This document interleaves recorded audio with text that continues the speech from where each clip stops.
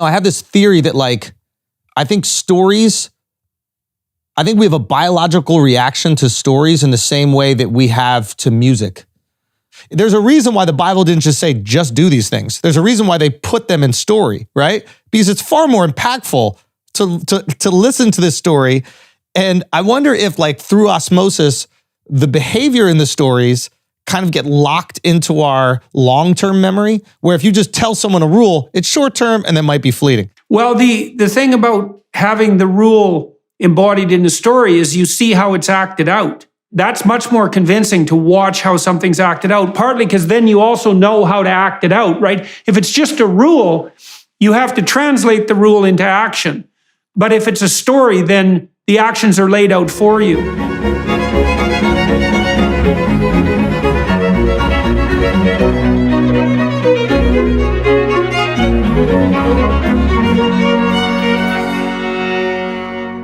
Hello to everyone who's watching and listening on YouTube and on the podcast platforms. I'm speaking today with comedian Andrew Schulz, who's also an actor, producer, and podcaster.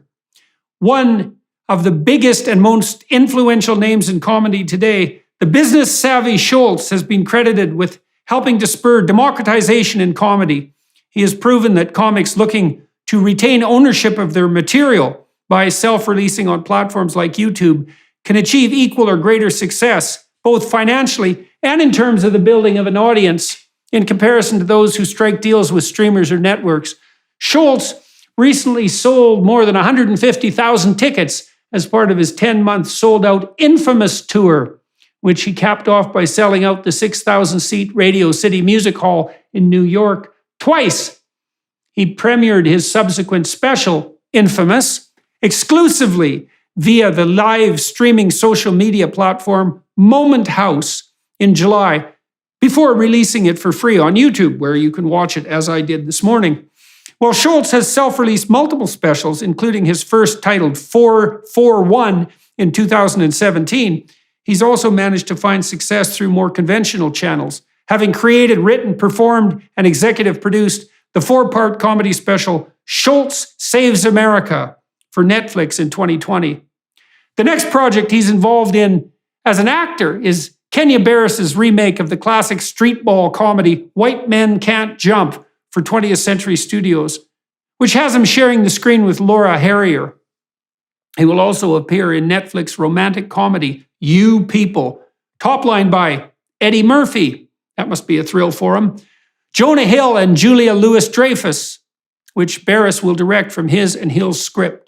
Schulz will then rejoin Barris for MGM's sports comedy Underdogs, alongside Snoop Dogg, so there'll be a lot of marijuana involved in that. Past credits on the TV side include HBO's Crashing, Prime Video's Sneaky Pete, and IFC's Benders. Schulz's podcast, Flagrant, is listened to by 2 million devout fans weekly. He also co-hosts Brilliant Idiots with Charlemagne the God. Looking forward to talking to Andrew. I'm ready. Let's do it, man. All right. Also, my mom discovered you this week, so she's an absolutely huge fan. And she says hello, and she would be furious if I didn't say hello for her. What's your mom's name? Cameron. Sandra Cameron Schulz. Aha. Well, say hello to her for me. And I'm really impressed that it only took her a week to become a huge fan. It's always good to know that someone's mom likes me. Yeah. So tell me about your YouTube special and how that came about. You decided not to stream it. You put it on YouTube instead. So I want to know the whole story. How'd that come about? Okay, so short version of the story is I was originally going to do it with a streamer, right? And then they were unhappy with some jokes. I think the climate changed a little bit, and they were quite concerned how the jokes could reflect on the brand, which is reasonable. I think that a private corporation has the right to make those decisions for themselves and then, see how things go for them after that. Now, sometimes those decisions could be the wrong ones. You could maybe become too woke in your content and then end up losing money, but... no, that could never happen. Too woke? How could that possibly be? Too woke for comedy? Yeah. I can't even imagine that's a thing. No, but, okay, side note, I want to get back to the special, but there is something interesting that I've learned from being in in Hollywood a little bit more now is that like, I used to have the perception, I think we all create these perceptions where it's like, there's this like group of organized individuals that are like coming together and making decisions on like what is palatable and what isn't palatable, and then inserting those into culture in their like different fields, like Hollywood, one of them. Okay, all the movies this year are going to be about non-binary or whatever it is. And after being in it a little bit more, I think that it's way less organized and more about self-preservation. So it's like, how do I not lose my job? Big government continues to spend borrowed money, inflation continues to swell, dragging down our economy, and the stock market has entered bear territory. So what's your plan? Are your assets diversified? I'm Philip Patrick, precious metals specialist for the Birch Gold Group. For nearly 20 years, we've helped Americans diversify into gold, and we can help you too. Did you know you can own physical gold and silver in a tax-sheltered account? We can help you transfer an IRA or 401k tied to stocks into an IRA in gold. If you're skeptical about the trajectory of the economy in the US dollar, then text Jordan to 989898. Birch Gold Group will send you a free info kit on securing your savings with gold. With thousands of satisfied customers, 5-star reviews, and an A+ rating with the Better Business Bureau, we take precious metals seriously. Text Jordan to 989898 for your free info kit. Well, I worked with middle managers for a long time when I was selling personnel evaluation technology to corporations. And I did that for about 10 years, rather unsuccessfully. We found one company that used them extensively. But I learned very rapidly there that the fundamental motivation of virtually every middle manager in a corporation is, how can I not get blamed if something goes wrong? Yes. That's it, man. Yeah. There's no ambition. There's no desire to grow the company. There's nothing but, I don't want to stick out. If there's a mistake, I don't want it to be on me. I hope I don't get blamed for anything. I'm not going to do anything dangerous ever. And yeah. And the idea that people are organized enough to have a conspiracy is that's just so rarely the case. But I was part of that belief a little bit, because you see it and it looks so obvious. You're like, why is every single movie the same? Every single TV show the same? Are they having the same values? But then after, like I had a moment on a show a while ago where a guy got fired, a white older man got fired because he read the N-word. Like he read the script and it had the N-word in it. And like the whole cast was kind of like, well, the people I spoke to on the cast, even the black people in the cast were like, yeah, I don't think it's that offensive. But the companies involved were thinking what the middleman was thinking, what you just said, which was, okay, I don't want to be responsible for this. How do I get this blame off of me? Okay, maybe if we just remove this person, it'll be a sign that we care about the people that are here and we don't want them to be offended, etc. Now, I don't believe that the guy did it out of malice. And the black people I spoke to on the cast were like, yeah, I don't think he was being malicious at all. But it was one of those things where everybody was fighting for the ability to continue working, and they didn't want to take that responsibility. And because of that, they made a very woke decision. Yeah. So now it made, you know what I'm saying? It made me look at the industry a little differently. Like everybody, it's like maybe the more desired the job is, the more willing the middle managers will be to be extremely liberal in their values so they don't lose that opportunity. I don't think that exists on a construction site, because the guys there are like, look, I could get a job doing drywall somewhere else, so I'm going to say whatever the fuck jokes I want to say on this construction site. So I think too, though, there's a complicating factor there, which is it's something like this. So, each of us carries a representation of systems of ideas in our imagination, in our mind. And those ideas are active within us. That's one way of thinking about it. And nobody is a 100% repository of all woke ideas.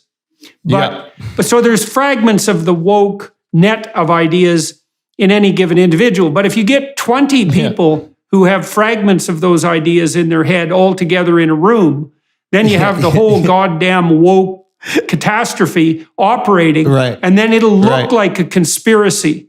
And then you can take 20 different people, each of whom have fragments of the woke nonsense in their head, and put them in a different room. They'll come up with the same decisions. There are these webs of ideas that, and in some sense, each of us acts as a neuron in a neuronal web when we're together in a group. And so then things look conspiratorial, but it's a consequence of the working out of the internal logic of systems of ideas. And so, and then it might be that each individual actor is fundamentally only concerned with not being held accountable for ever making any kind of mistake, which is a hell of a way to live your life. Certainly no way to live your life if you're a comedian or a man for that matter. Maybe not even a woman, not even. Yeah. That should make me popular. It was an interesting thing for me to see how it kind of manifested. And I think that there is like an opposite version of that, because now I've seen like the conservative woke pop up. Are you familiar with this? What are you referring to? I don't even know if I call it the conservative woke. It's a really interesting thing. I would almost call it like the counterculture brigade, which is like people who I think they were called conspiracy theorists, and now they're kind of like searching for a home. I think a lot of the support for Kanye even right now is he's just tapping into very niche beliefs, and a bunch of them at the same time that people have no representation for. And now he's the most famous person tapping into those groups, right? So he's like George Floyd really died of fentanyl. And now all the people that are anti-Black Matter, Black Lives Matter, they just hate the idea that there's anything else that killed him but his own choice to do fentanyl, are like, okay, Kanye's got it. And he also did a thing, he's all, the Jews run the banks, the Jews run all these things. So he's tapped into all these niche groups, and now he's become like their representative.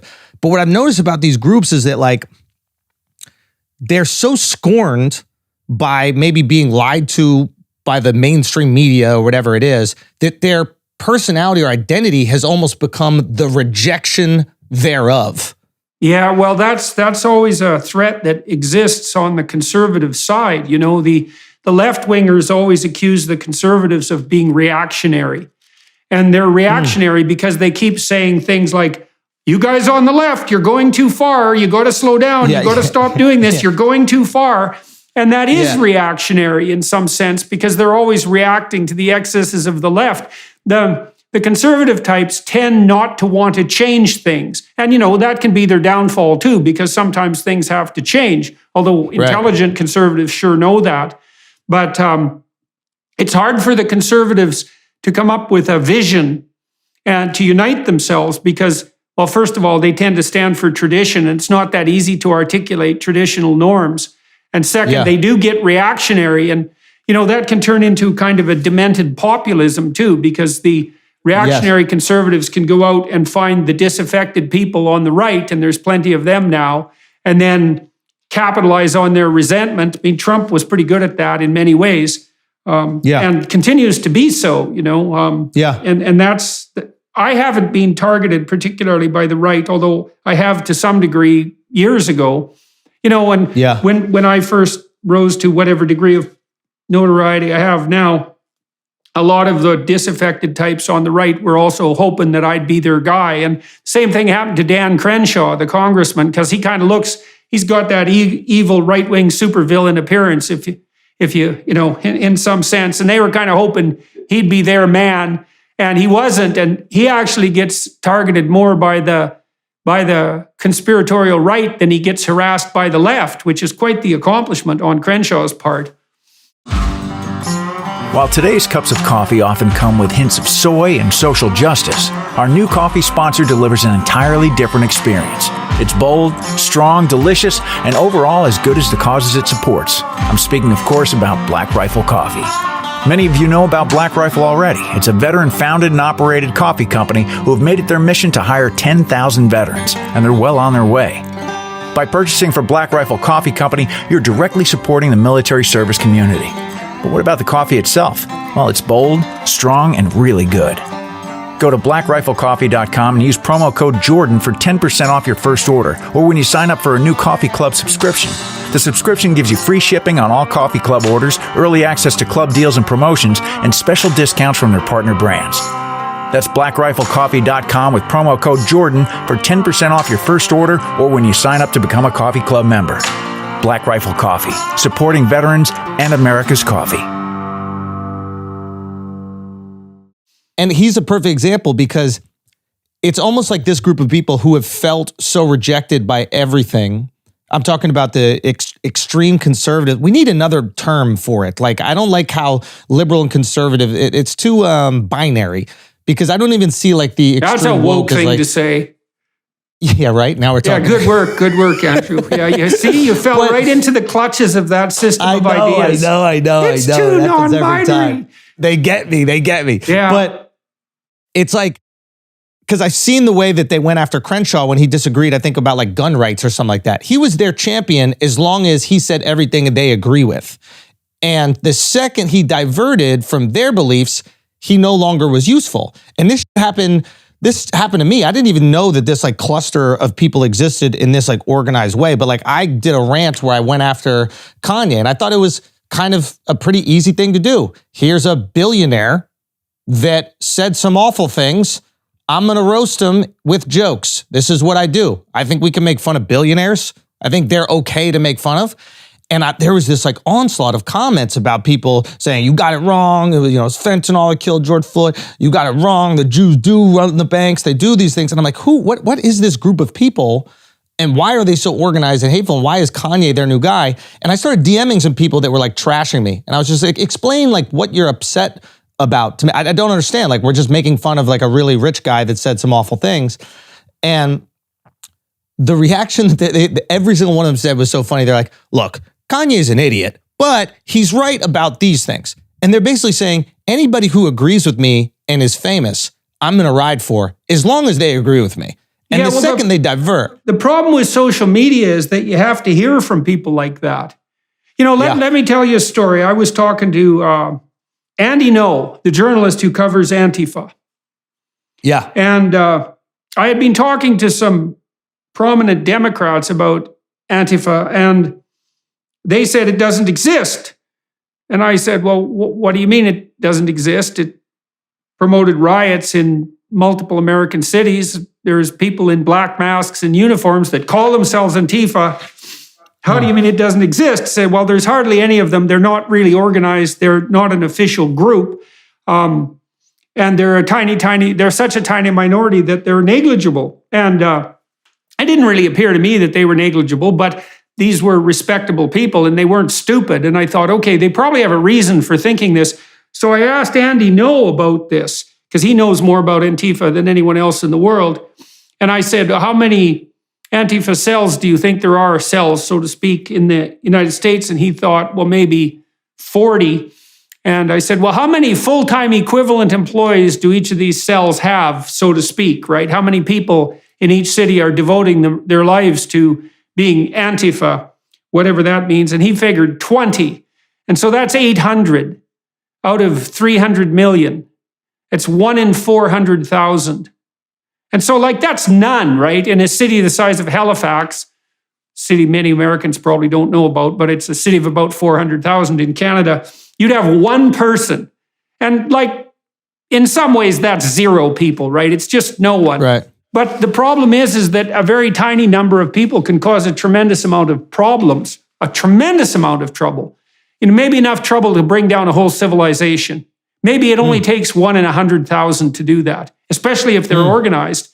And now with social media, well, they're always organized, because no matter how peculiar you are, you can find another 100 dimwits exactly like you on the net. And then you start to think that, well, you've got something there. And, in some ways that's a plus, because disaffected people can find a community. But man, it depends on who the disaffected people are and exactly what the community is up to.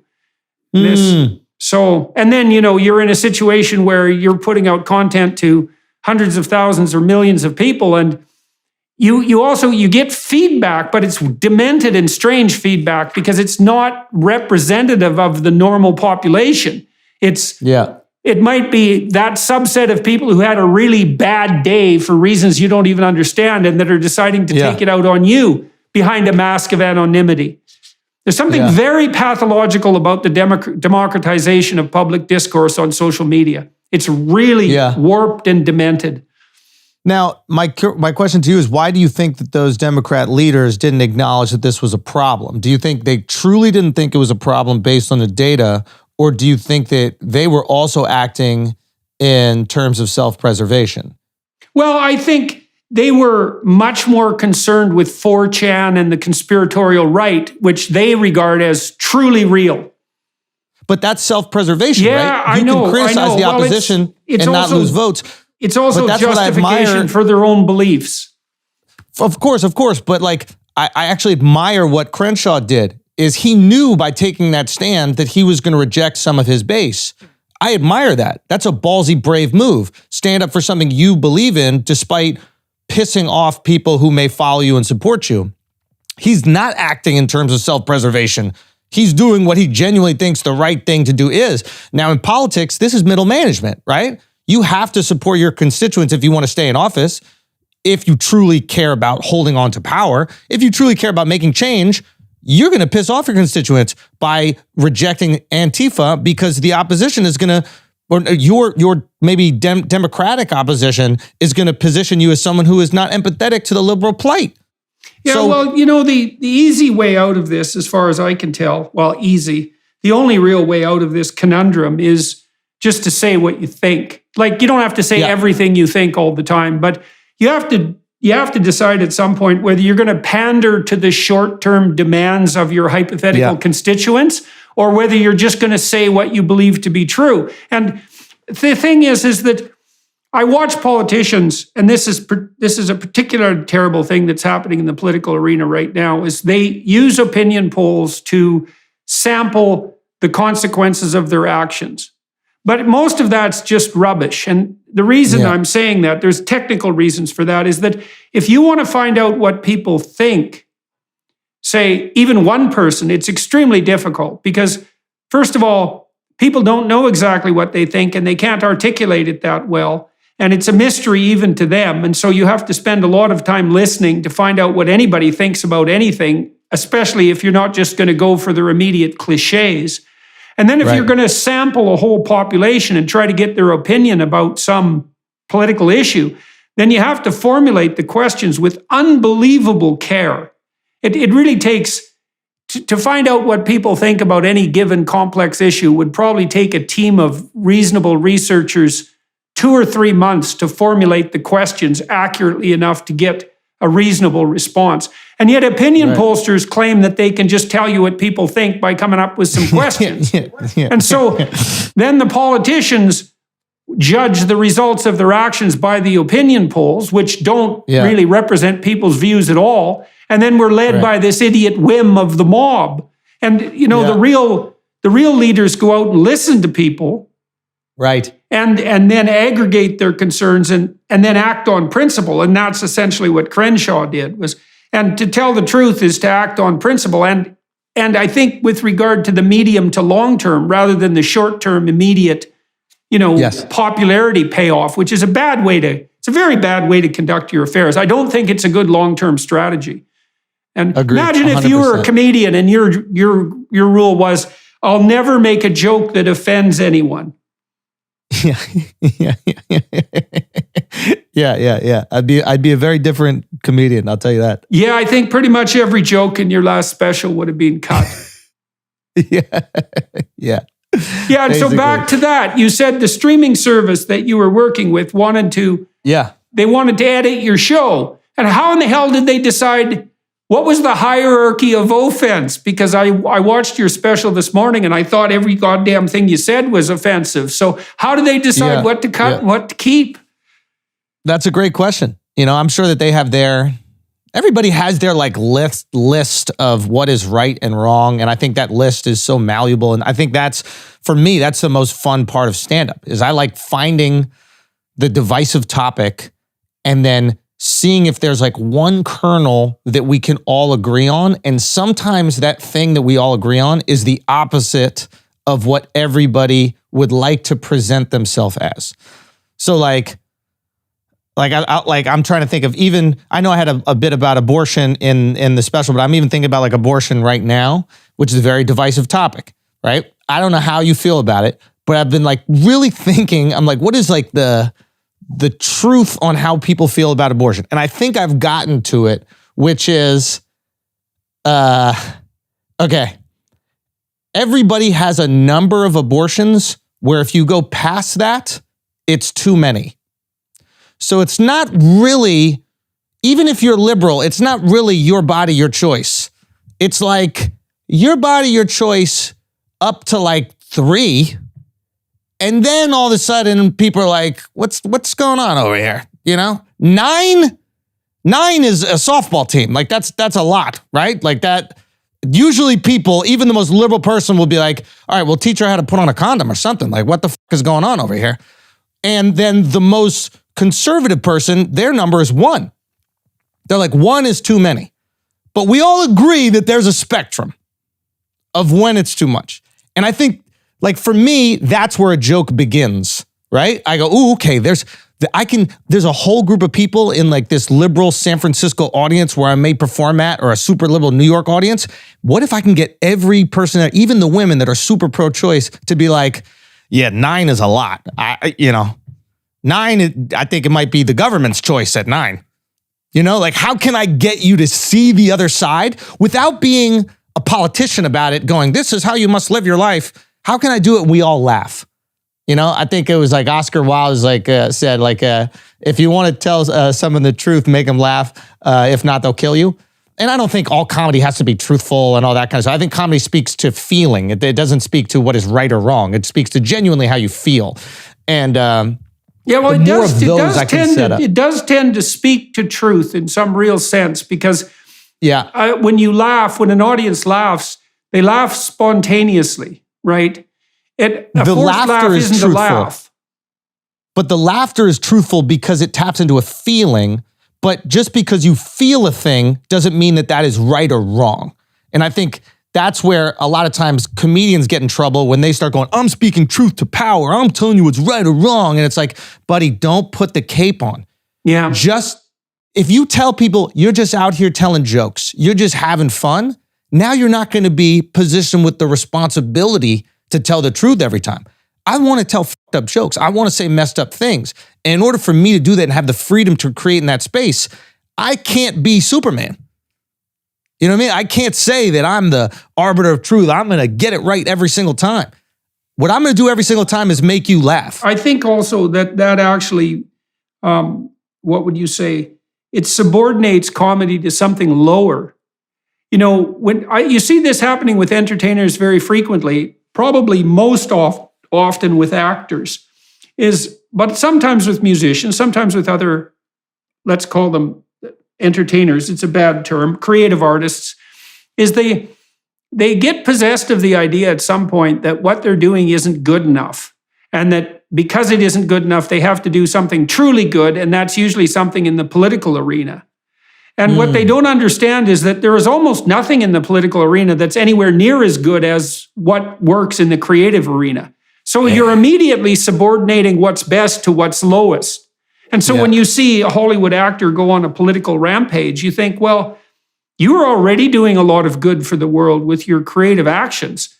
And now you're a second-rate politician, even though you were a first-rate actor or comedian or musician. And, you know, I've gone to a lot of artistic shows in recent years and had them polluted by political discussion. And you get pulled into the performance, and then halfway through, there's something politically correct, often, because that's generally the case now. And you think, oh my God, I got suckered here. You know, I was coming to hear someone great do something great. Now I have to listen to the same half-wit political opinion that I could have not paid for and listened to any undergraduate spout. It's like, well, thanks a lot for that. You know, you think Black Lives Matter. Well, you know, that doesn't make you special. Yeah. You know, anyone who's not an outright bloody Nazi thinks that. And so it's just not, it's just not elevating. And it's a very sad thing to see that creative artists are buying the idea, part of this rat's nest of ideas we were talking about earlier, that that politics is somehow morally superior, political opinions are somehow morally superior to creative endeavor. That's definitely the case on the comedy front. Yeah, I wonder if yeah, I think it's hard. I think like with success and notoriety, well, it's twofold. It's like with extreme criticism, for example, you went through extreme criticism. It's hard, I would imagine, to stick to your guns when you know that you could easily back into the comfort of the people supporting you, right? It's the brave move is, despite the criticism, continue saying and feeling the things that you feel, for lack of a better way to describe it, but like to continue being consistent on how you feel and expressing that. It's very easily to get like this onslaught of criticism from the left and then just go, all right, the right likes me, I'm going to go right wing, all my opinions are conservative, etc. It's much harder to piss off the left one day, piss off the right the other day, because that's who you are as a real person. Nobody is 100% in that way and feeling that thought every single time, like what I try to, I guess, express in a lot of comedy. Like, I have an abortion bit in the special. To this day, nobody knows which side I am on the abortion issue, right? And both sides think that joke represents them. That's designed on purpose to do that. Like, if you even look at the comments, both of them are recognizing like the faults in their side and also the support of their side. And to me, it was really cool to put out a piece like that wasn't going, you're an idiot for not believing exactly what I believe, especially a divisive topic like that. I just think I don't know, like, did you have that moment where you were getting this onslaught of criticism and people were calling you the next fucking Nazi this, and then you're the muse for like movie villains? Was there ever a moment where you were like, this, I don't need to stay true to myself. Let me back into the comfort of the people who love me? Postmodernism is tearing our world apart. The one thing that may be able to unite us is a mass return to our Judeo-Christian roots. At the individual level, that means developing our prayer life. There's a ton of literature out there on the benefits of secular New Age mindfulness meditation, but what isn't talked about nearly enough is the power of a consistent prayer life. That's where Hallow comes into play. Hallow is the #1 Christian prayer app in the US and the #1 Catholic app in the world. Hallow features over 5,000 prayers and meditations, including daily prayers to help you build a habit of prayer and gratitude, Bible reflections with Jeff Cavins and Father Mike Schmitz to help you grow in knowledge and understanding, meditations to help you prepare for sleep and rest each day, reflections with Bishop Barron, and much more. Use Hallow as a foundational tool to grow in gratitude and character each and every day. Try it free for 3 months by going to hallow.com/Jordan. That's hallow.com/Jordan. Ground yourself in fundamental truths with Hallow today. Yeah, well, it's hard to say, because a lot of that's pretty subtle. If all the attacks or almost all the attacks are coming from one side and almost all the support is coming from the other side, it also puts you in a position of having to wonder just exactly who your friends are. And one of the things I have found is that for me, for whatever reason, and I don't think that this is unique to me, it's a lot harder for me to talk to people on the left. And the reason for that, and it didn't used to be like that, not 10 years ago or 15 years ago. In fact, if you'd talked to me 15 years ago, I probably would have thought that I was at least moderately on the left. And so, but in any case, I always feel like I have to walk on eggshells. I feel like I have to watch what I'm saying. And I don't really like talking to people around whom I have to watch what I'm saying. I actually like to talk to people and I can just say what I have to say, especially if it happens to be funny, which now and then is the case. And so, and then it is difficult not to identify with people who support you, especially if that goes on for years. And so who knows how that changes you? I definitely have become more conservative in my thinking. And I would say, I think there are intellectual reasons for that primarily, though. Because one of the things I've understood more deeply recently, more explicitly, I've been putting this together, is that the definition of sanity that's generally implicitly held among the psychological community is probably too individualistic. And what I mean by that is that I don't think that sanity is something that you have in your head. It's not part of your psyche. It's not part of you exactly. It's more like harmonious interaction with the hierarchy of social arrangements that you have with other people. So, well, imagine this, for example. A neighbor I knew on my street said to me once, "You're never any happier than your most unhappy child." Right, so that's a good one. But so you imagine, well, you're a pretty sane person and you're married and your marriage is terrible. It's like, well, then you're not that sane, are you? And if you have a terrible marriage and you're not getting along with your kids, then you're also not very sane. And if you're in a terrible marriage and you don't get along with your kids and you're fighting with your siblings and your parents, then you're even less sane. And so you imagine that sanity, you're sane if you have a relationship that's working. If you have a relationship with your family that's working, if that family is nested inside a community that isn't too fractious, there's something musical about it. It's like every note has its place. And so I think, you see what I mean? And it's also... I see what...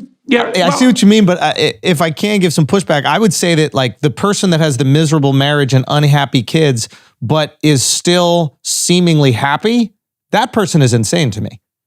The person that has unhappy kids in an unhappy marriage and is unhappy is sane. Yes, that's exactly that's exactly the point I'm making is that, yes, because the thing is that if you aren't reflecting the structure of the social communities around you, then you're off calibration. Yes. Well, here, I was talking to a woman named Jean Twangy yesterday, and she's a research psychologist. We were talking about self-esteem. And one of the self-esteem movement in the school system in California was absolutely dreadfully devastating and appalling. It basically posited that you could teach kids how to be narcissistic to overcome their negative emotion and neuroticism. And that's so preposterously appalling that you couldn't invent something stupider. So we were talking about self-esteem, whatever the hell that means, because it's a very badly defined term. But here's one way of determining whether you have the appropriate amount of self-esteem. You might say, well, everyone should feel good about themselves. It's like, well, if you're a miserable, ratty, lying, deceptive, narcissistic prick, then probably you shouldn't feel that good about yourself. And how do you know that? Because you should feel about as good about yourself as people on average do around you about you, right? Yes. So and we even know this technically because you have a little counter, so to speak, in your psyche that ranks you in terms of your social standing. And the higher you're ranked, the less negative emotion you feel and the more positive emotion you feel. And that's because your brain is indicating to you that you're well situated in a social community and you're secure with opportunity. And so your self-esteem that's exactly how it works. It's a very... So what happens to people who get depressed, technically depressed, is that that counter goes astray and they start thinking less of themselves than their situation would indicate. And so then everything around them falls apart. They feel that their past was a catastrophe. They feel that their present is hopeless and that the future isn't going anywhere. But it's because this really, really low-level counter that utilizes serotonin has gone astray. And sometimes antidepressants can help deal with that. Now, that's not someone, that isn't someone who has a terrible life. That's someone who has a good life, but something's gone wrong with them psychophysiologically often, so the counter is out of whack. In any case, you should have about as much self-esteem as other people are willing to grant you. And that's kind of a conservative idea as well, in some real sense. Enough self-esteem as others are willing to grant you. It's like, well, imagine, if everybody in the company assumes that you're an average performer, you should probably assume that you're an average performer. You shouldn't be running around feeling good about yourself in excess of that, because your attitude towards yourself should be a reflection of your actual situation in the social environment.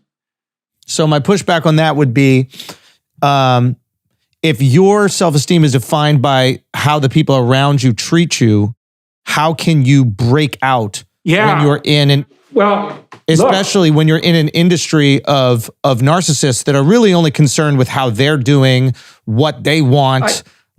How do you separate yourself? That's a great question, man. And that's the trick that Well, presents the itself to answer everyone maybe- creative.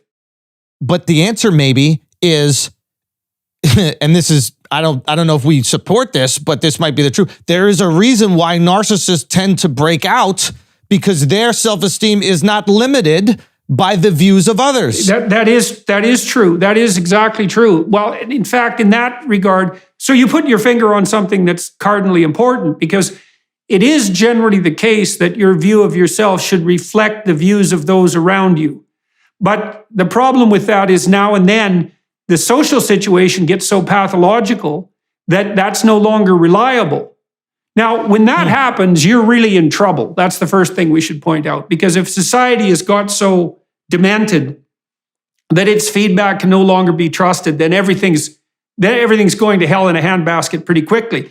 But that is when you get the necessity for people to call on whatever it is within them that makes them true moral agents to, let's say what they believe to be true with great caution.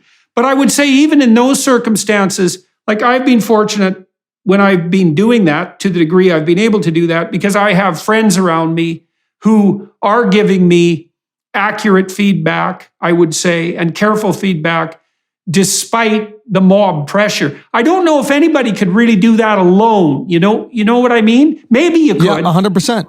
And 100%. I just know, and I'm sure you felt this as well, is that like, at least when I'm running my business and I have my friends and the guys that I work with and build with, I personally feel most creative when I have support, right? So when there is a momentum, when the ball is moving, when there's an avalanche, that's when these explosions of creativity happen to me in a conversation.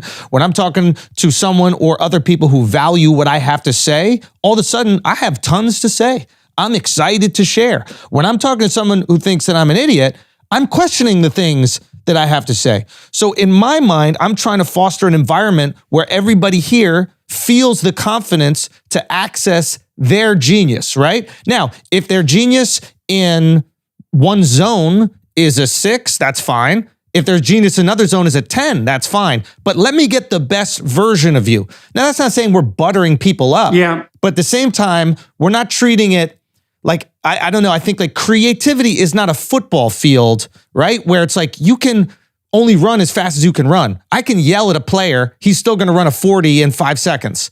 I can say he sucks, he's gonna run a 40 in 5 seconds. I can say he's great, he's gonna run a 40 in 5 seconds.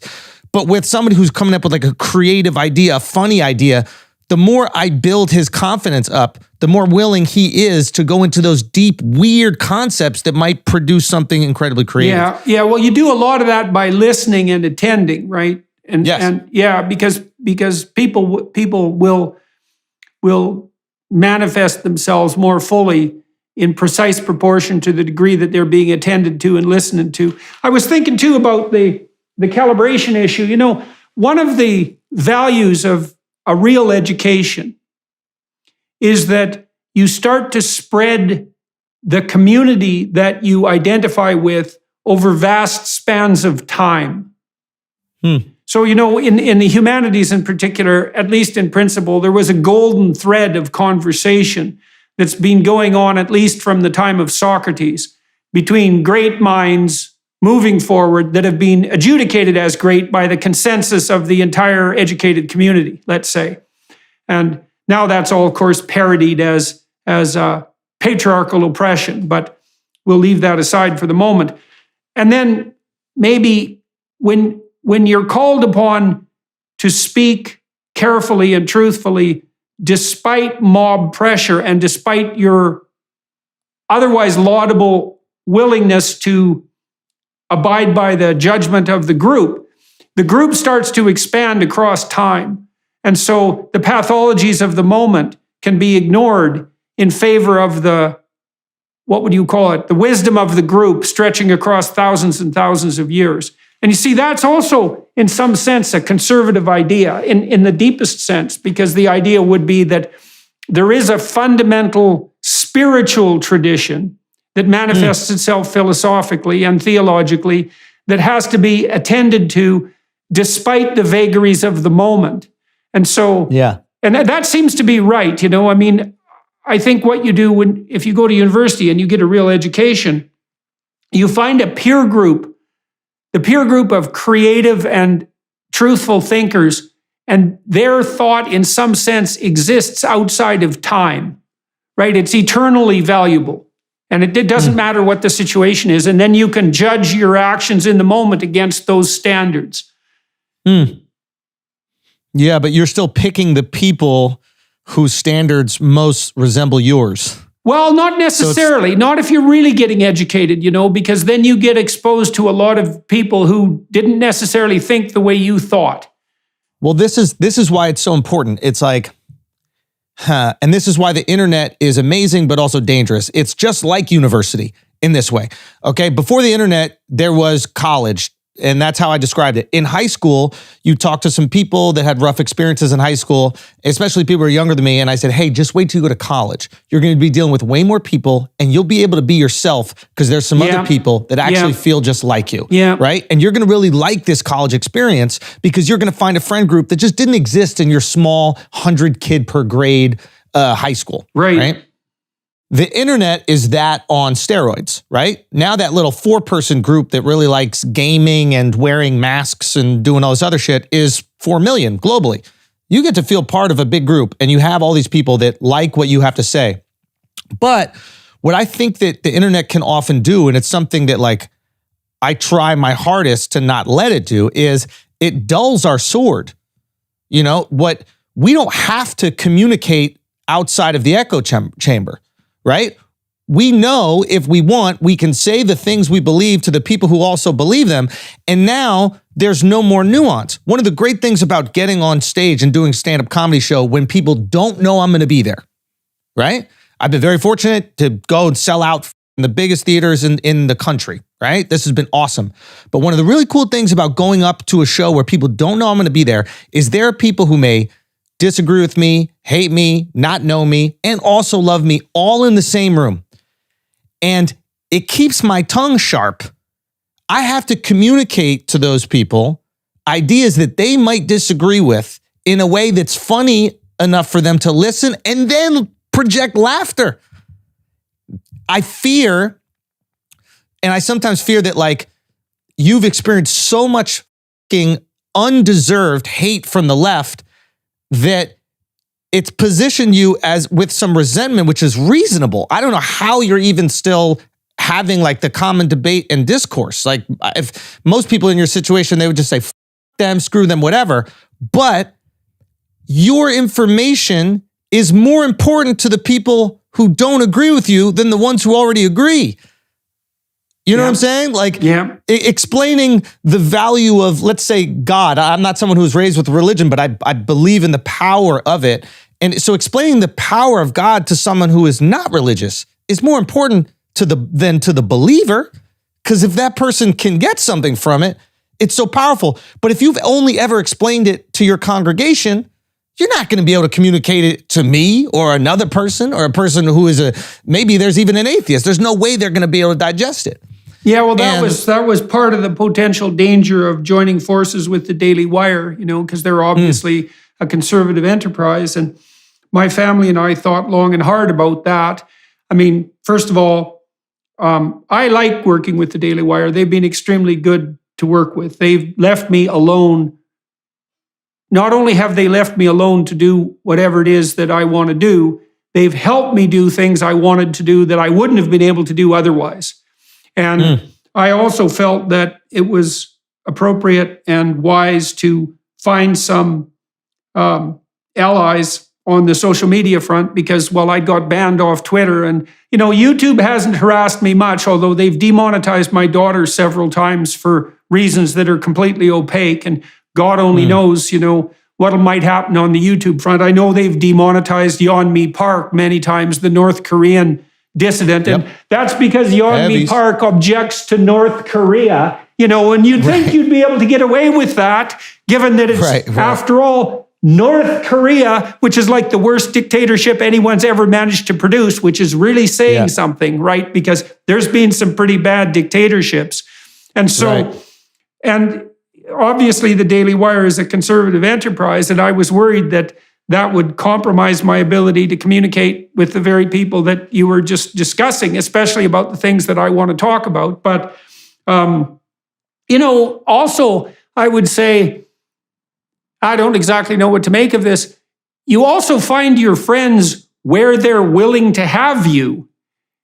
And I get pilloried quite often for not talking to enough people on the left. And a huge part of the reason for that is that most of the time they won't talk to me. I spent years trying to find Democrats who would speak to me, actual politicians who would speak to me on my YouTube channel. And although I have a couple identified now and potentially lined up, for years, the answer to that request was, there's no way we're going on your channel. And so, how the hell can you talk to people if they just say no? Why should they?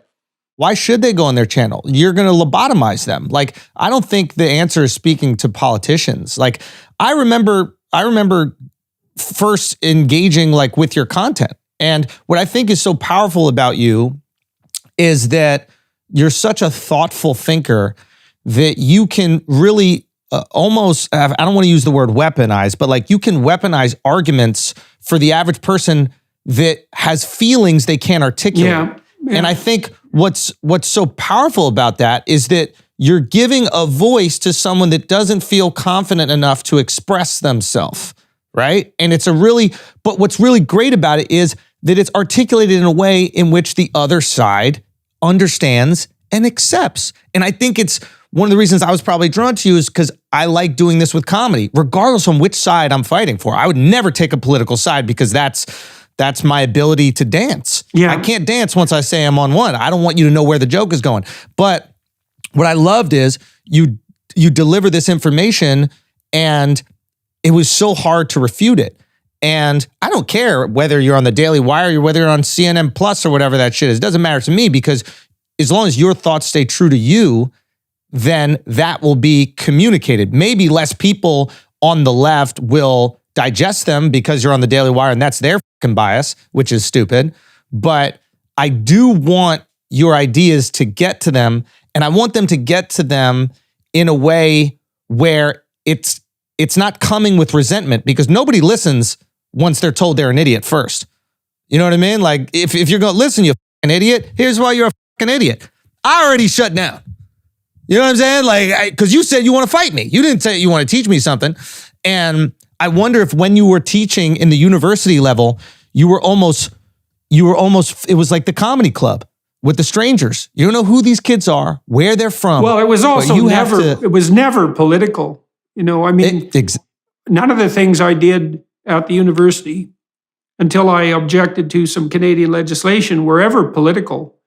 Yeah. And, I didn't really expect politics things to turn ruins out everything. the way they I did. wish we could just talk about it culturally. Like, I don't know, politics creates this divide, and there are these people that it's just like we were talking about before, where they're just trying to preserve themselves. They just want to keep their job. They want to win their next reelection, and they're using you in some gotcha strategy. And I hated seeing it happen. But there's certain realms that once you enter, you deal with the onslaught. There's like institutions, like with banking, people are going to take you out. Politics, people are going to take you out. And there's probably like another one as well. But for me, it's like, what are these cultural conversations? Like, it's important, the messaging that you get across. And I know it. And you do something, and I'm not trying to compliment myself here. I'm just complimenting you. But like, for me, when you express a viewpoint or a feeling, and my 75-year-old mother likes it, and a 19-year-old kid likes it, you're speaking to core, primal human instinct. Okay? That is what jokes do. If I see, when I see generations of people at one of my shows, when I see a father and his son both laughing together, like, one, I get emotional almost because I'm like, oh, I love those moments with my dad. Yeah. But two, I'm like, I'm hitting core. I'm hitting who you are. I'm not tapping into this like community you're supposed to be a part of. I'm tapping into something primal. Yeah, well, so, you talked about people's ability to find community online and the analogy between that and the colleges. I think the difference is that when you go to college and you find people who have your intellectual and creative interests, let's say, you also do that under the tutelage of older people. So there's an apprenticeship element, and you do it while you're being introduced to the great thinkers of the past. And so there's again, that's a conservative idea in some sense. It's like you get this new freedom and you get to expose yourself, so to speak, to new people.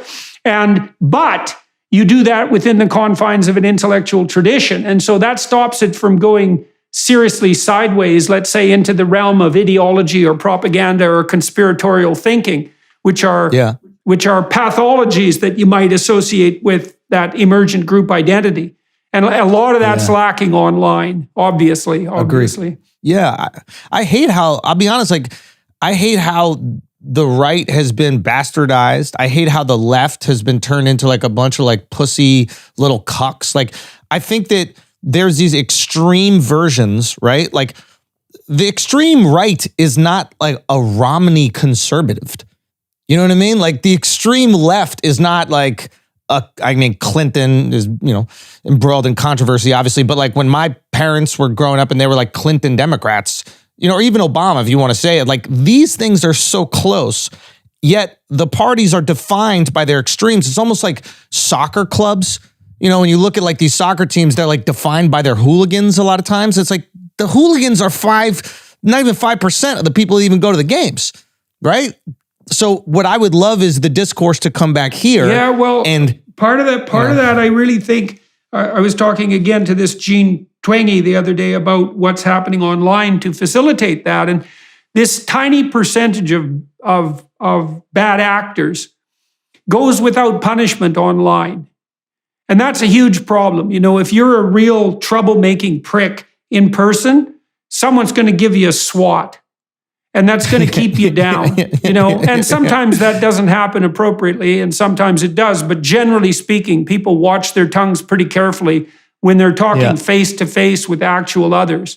And the narcissists and the Machiavellians and the psychopaths keep themselves pretty well in check because of that pressure.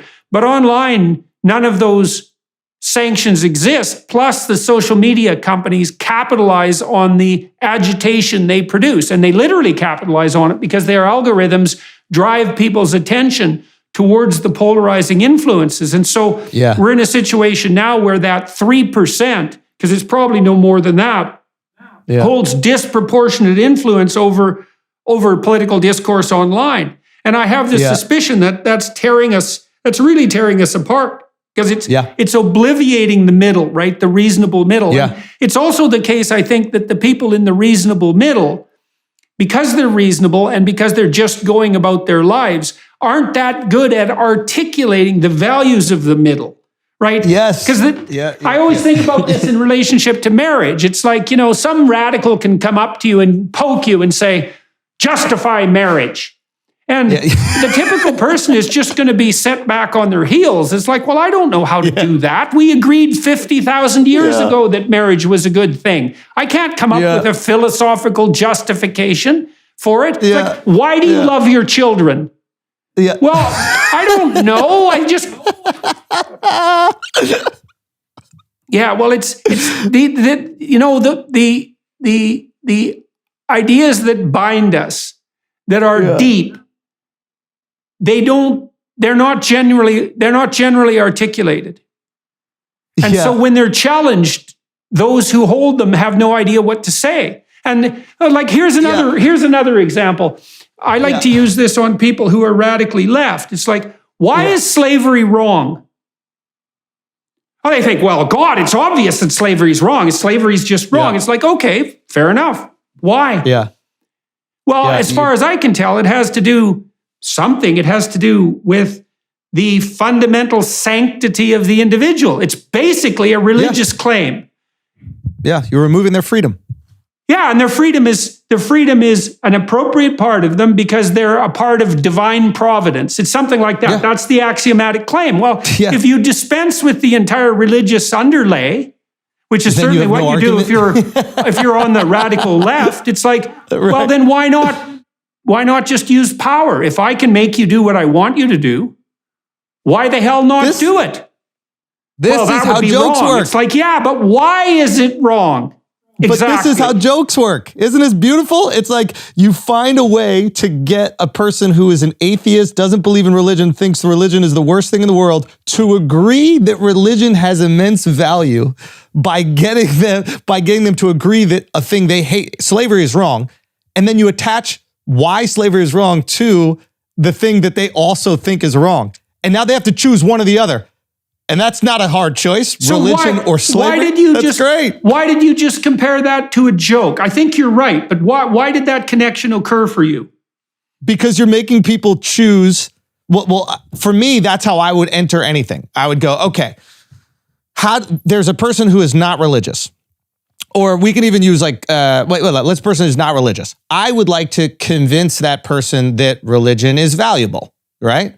So, and I have bits that I've done about this, right? So what do they hold true? What are their other values? Maybe they're very liberal. Maybe they don't believe in, I don't think you have to be liberal to not believe in slavery. We should all not believe in slavery. But here's another thing that they would hold true. They disagree with slavery. Okay, now if I believe that the reason why man has the right to their I guess, independence and their freedom is because I'm a God-made individual and God would never make somebody chained, then that person has to accept that God is the reason why slavery is wrong, and therefore has to agree. So there is something definitely there, because a punchline. So there's a whole line of psychological. We need a punchline still. Yeah, we need a punchline still, but that's a premise. Right. Yeah. Right. The punchline is what drives it home. And one of the things that I have found, I think that what I do on stage is most analogous to what stand-up comedians do. And the reason for that is that when I do a lecture, for example, or try to answer a question, there's usually an investigation, but it has to build up to a punchline. There has to be a culminating moment where it's driven home, and that's a moment of insight. And what it does is it takes a bunch of information that's sort of been scattered around and brings it together. And everybody goes, aha! And that's very much like the climax of a joke. And it's part of insight. And so there's a psychological literature on insight, and insight seems to develop when a number of things that weren't linked together are suddenly linked together. And you go, aha, that's how all that fits together.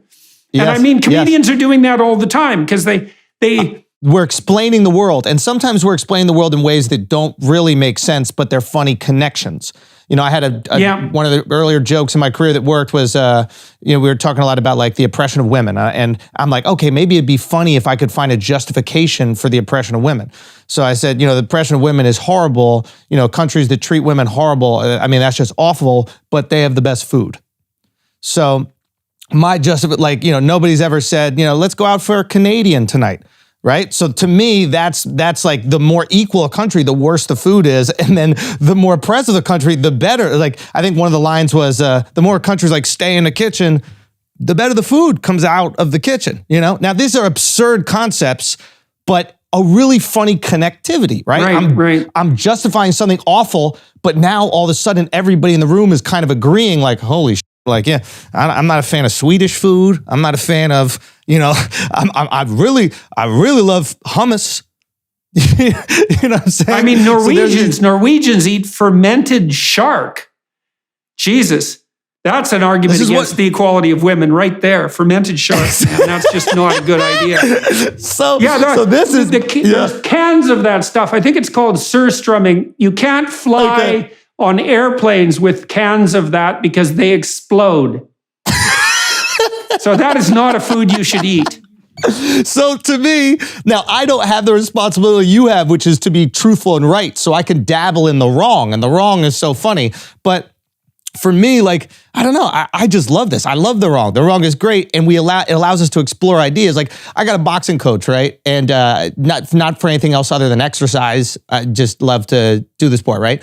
But and he's from Egypt, and he was speaking to me in Egyptian Arabic, and I thought that like curse words are a great way of organizing a society's hierarchy in values, like the different curse words that they use, right? And he was telling me, he'll call me different curse words. He called me mitnaka, right? Which means prostitute. Sorry. Mitnaka means slut, actually, for lack of a better word.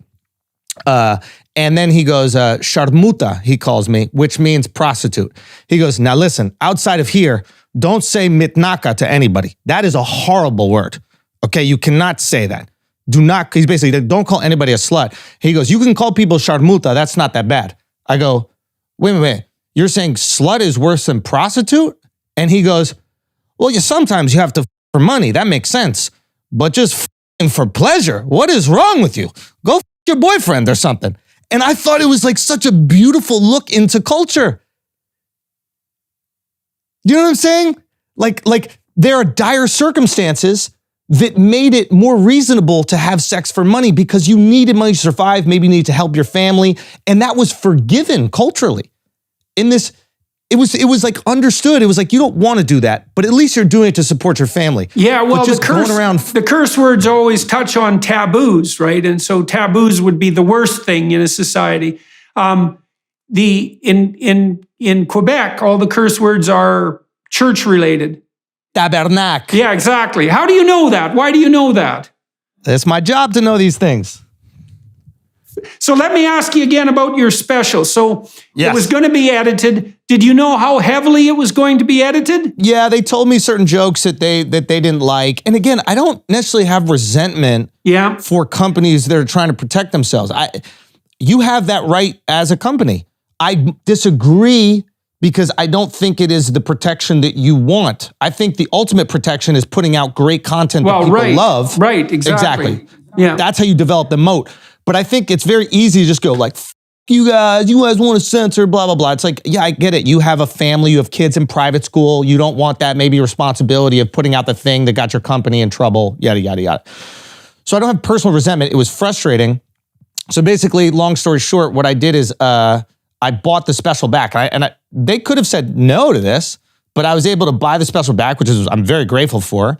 And I put it up on my own, put it up on Moment. Moment is this platform where you can, stream content. So basically pay for people to buy a ticket to watch the show and then own it in perpetuity. So I first did a window there, kind of like a movie, right? Like you go see Batman in the movie theater. That's how I was thinking about it. You go see Batman in the movie theater. It's there in the movie theater for a couple months. And then a few months after that, it's on cable. So I was like, let me try this for comedy.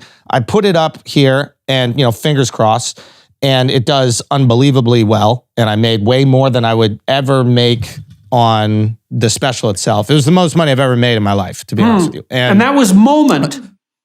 It was on with Moment, yeah. So like Moment, Moment World is now what it is, but it was Moment House when I did it. But Moment, it's just a great company. They've been doing these live stream events. They do it for bands. They do it for comedians. And I'm hoping that this is another pathway for comics to put their content out and have a window where they can monetize it. I mean, the beautiful thing about putting your stuff out on YouTube is it goes to the world, but you're not able to monetize it in the same way. And in order to create a special like the one that we created, I mean, it costs $400,000 to shoot the special.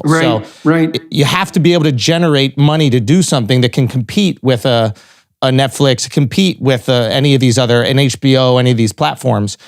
I want to be able to create that content and put it out there. So we put it behind this window and people came out, they supported it. It was amazing.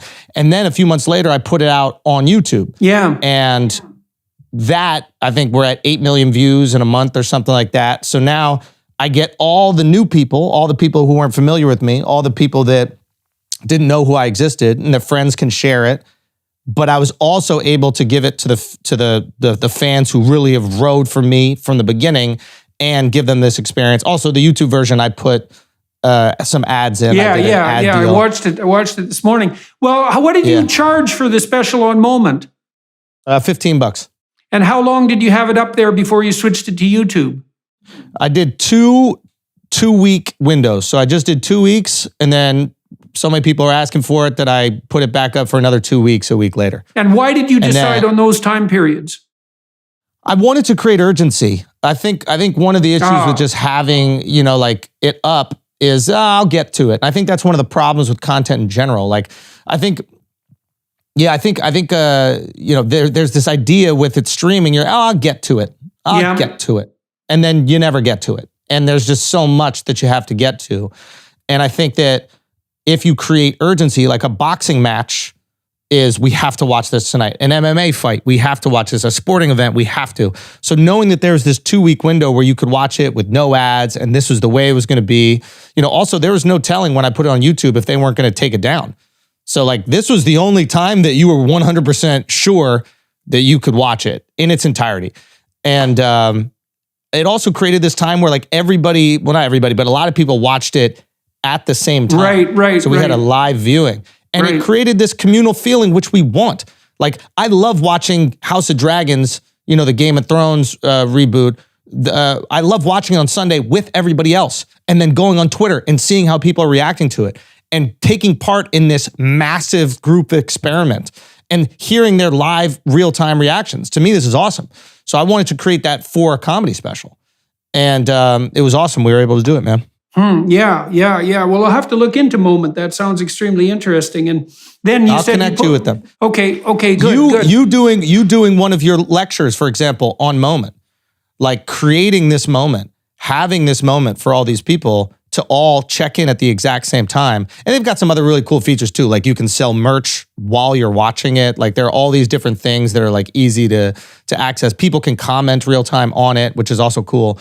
But like having this place where all these people who want to experience this thing with you, be it live or pre-recorded, but before it goes out to the world, and people want to support. That's another thing I learned. Like I've given out so many hours of comedy. There's so many people that hit me up and they're like, listen, like you've made me laugh through really dark times for years. Like there are people when I put it up on YouTube started donating money. I didn't even know that was a thing that you could do, but they felt guilty that they didn't buy it in the first window. People don't really want something valuable for nothing. They want to contribute their part, generally speaking. That's why giving away things for free in some real sense is a bad pricing decision. And so, because it does deprive people of the opportunity to reciprocate, and they want to be able to reciprocate. Yeah. So now you're having, I think, more success on the movie front. That's correct? Yeah, I've been able to do some small roles in some films, and I guess those are all going to come out. I don't even know when they're going to come out, but I want to make a film. So, yeah, to be honest, I guess, I don't know. Here's I want to make a film. I'm really excited, but I'm really getting into story now and the power of story. And I don't know, I have this theory that like, I think we have a biological reaction to stories in the same way that we have to music. Like I notice when I'm hanging out with my friends that I've known for decades, we will retell the same stories that we were all a part of. And every single time our eyes light up and we get goosebumps and we laugh and we get excited and the stories morph and change and we get to like relive them in the same way when a song comes on that was a song you absolutely loved or you were going through something, you get to feel all those like emotions again, like you tap towards them. And like even when somebody tells a story in a group, it's different than when someone has like a hot take or a premise. It's like, hey, this thing happened. Everybody shuts up. And all of a sudden we're like around the campfire for some reason. Yeah. So I'm curious your take on what that is about us and story. Is it like our earliest version of digesting information? Well, I think I'm writing a new book called We Who Wrestle with God, and that's really what it's about. It looks to me like, I think it's incontrovertible in some sense that we see the world through a story. And so if you're out with your friends and you're telling a shared story, then you're literally building the shared set of assumptions that constitutes the friendships. And so think about the leftist take on the world. So the leftist take is something like the fundamental story is one of power, and the relationships between people are structured as a consequence of power. That's true for marriages, it's true for history, it's true for the Western canon, it's true for economic interactions. It's all about power. Well, that's a story. And it's not a very good story, by the way, and it's also not a story that unites or reflects reality in an accurate manner, because social relationships are only predicated on power when they become corrupt. So, well, if you have to force someone to be your friend, that's just not working very well. If you have to force your wife to pay attention to you, then the bloody situation is degenerated. If you have to force your children to listen all the time, then you're not mutually acting out a very good story. And so the question is, what's the story that's the antithesis of power? And I think the antithesis of power is play. If you're ensconced in a good story, then what you're doing is playing. This is one of the reasons I really like watching comedians, because they're playing all the time. And I think that play, the spirit of play, is actually the antithesis of the spirit of power. Let me tell you something that will prove your theory. And I have to give credit to my podcast co-host and just creative partner and so many things, but Mark Gagnon. But I took him to this thing called Burning Man this past year.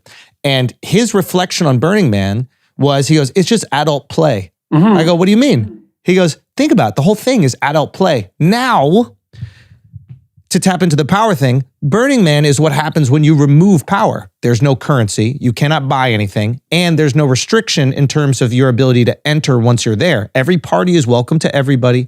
Every place is welcome to everybody. You can't even buy things, you just give. So you remove traditional power structure and hierarchy. What is left for humans? Play. Dress how you want to dress, dance how you want to dance, party how you want to party, be silly, prank one another. But play is the absence of power.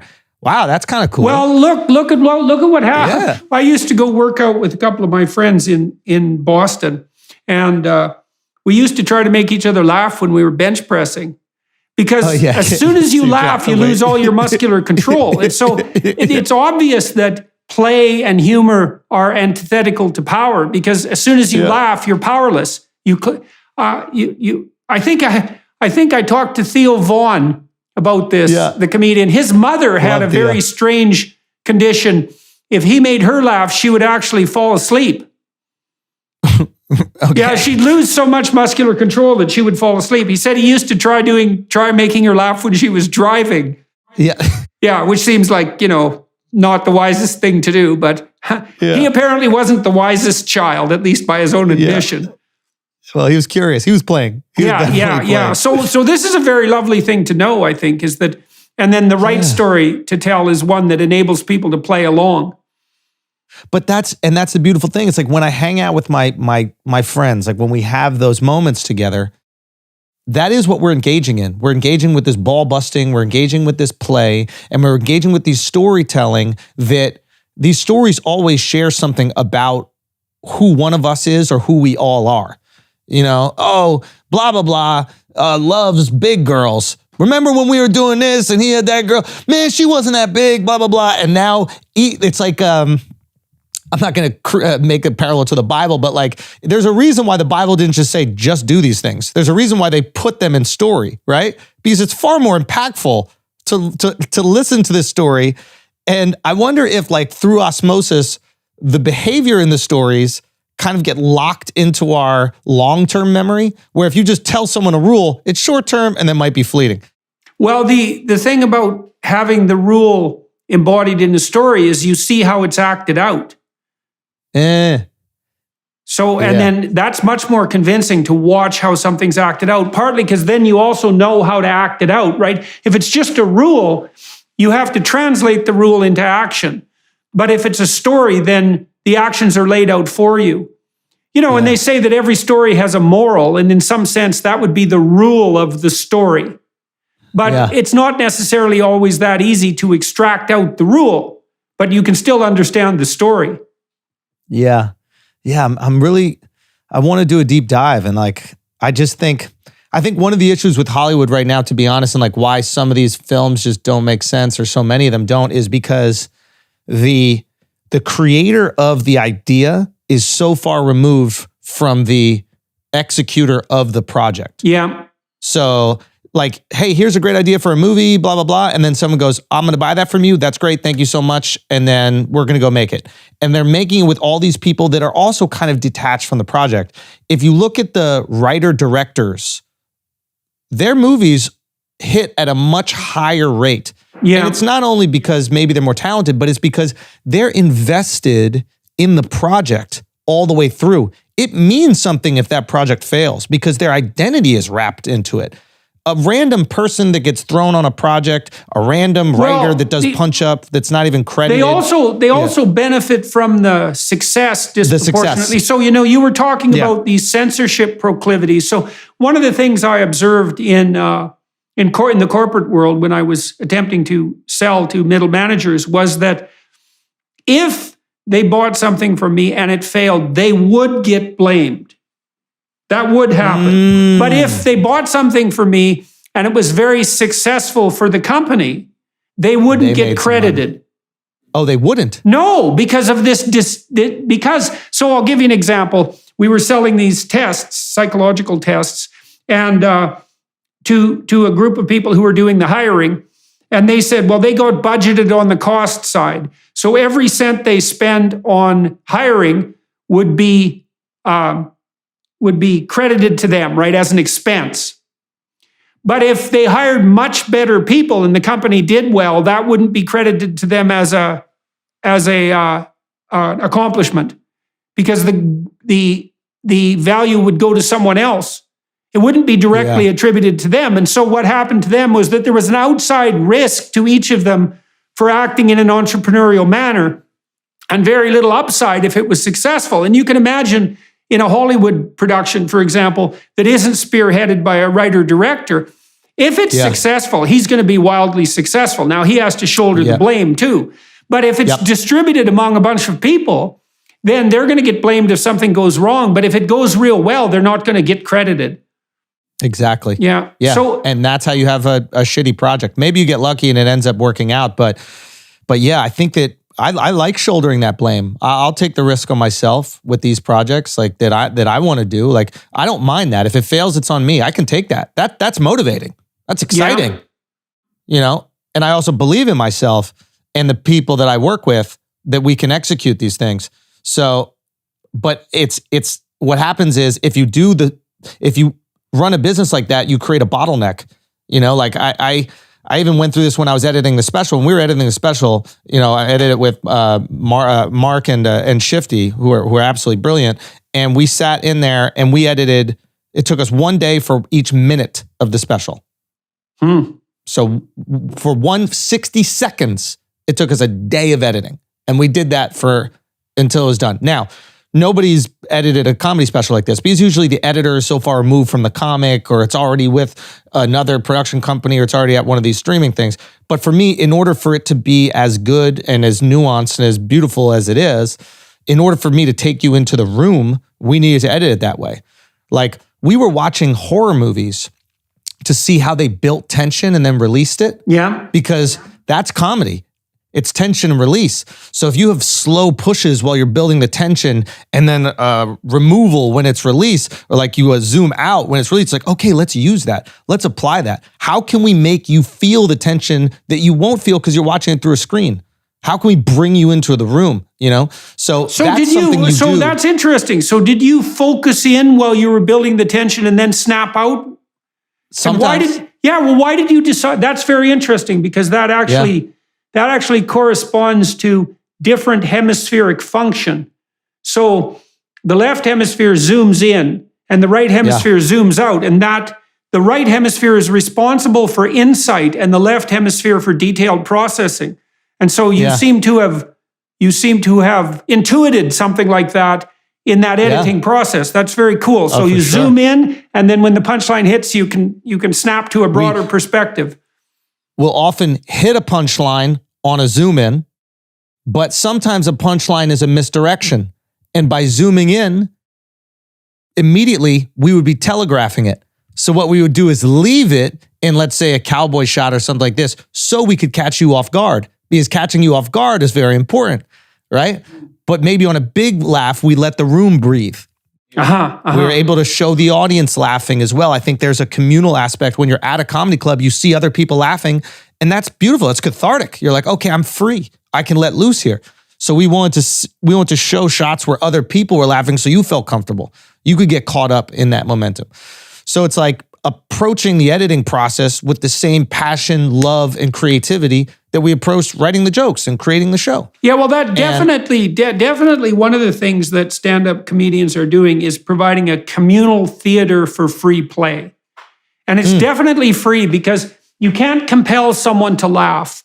You can't even compel yourself to laugh, not genuinely. It has to be, it has to come from the source, right? It either strikes you as funny before you think, or it's not funny at all. And there is something, I think, extremely stress relieving to be among a lot of other people who are laughing at the same thing, because it means you're all you're all playing spontaneously together without fear. And that's almost like the definition of no stress. Exactly. And one of the things that we like specifically did, like I would say that my audience is by far the most diverse audience in stand-up. Now, the advantage of that is, and one of the things that I learned is I was going through stand-up, and I like to make fun of everybody because I'm curious about everybody. And I learn these things about people that I think are like really funny. So when I organize them into jokes, I also like to talk about it. It doesn't only have to be like me. I'm not very self-centered with my comedy, which is not necessarily a bad thing, but I'd like talking about topics, other people, cultures, etc. These things are all interesting to me. But what I realized is we were going through this very like woke time where a white dude, a straight white dude like me making fun of, somebody from Ethiopia might be crazy, right? But what I realized is if that Ethiopian person was there and I'm talking to them and doing the joke to them and they're laughing, nobody can be offended. Yeah.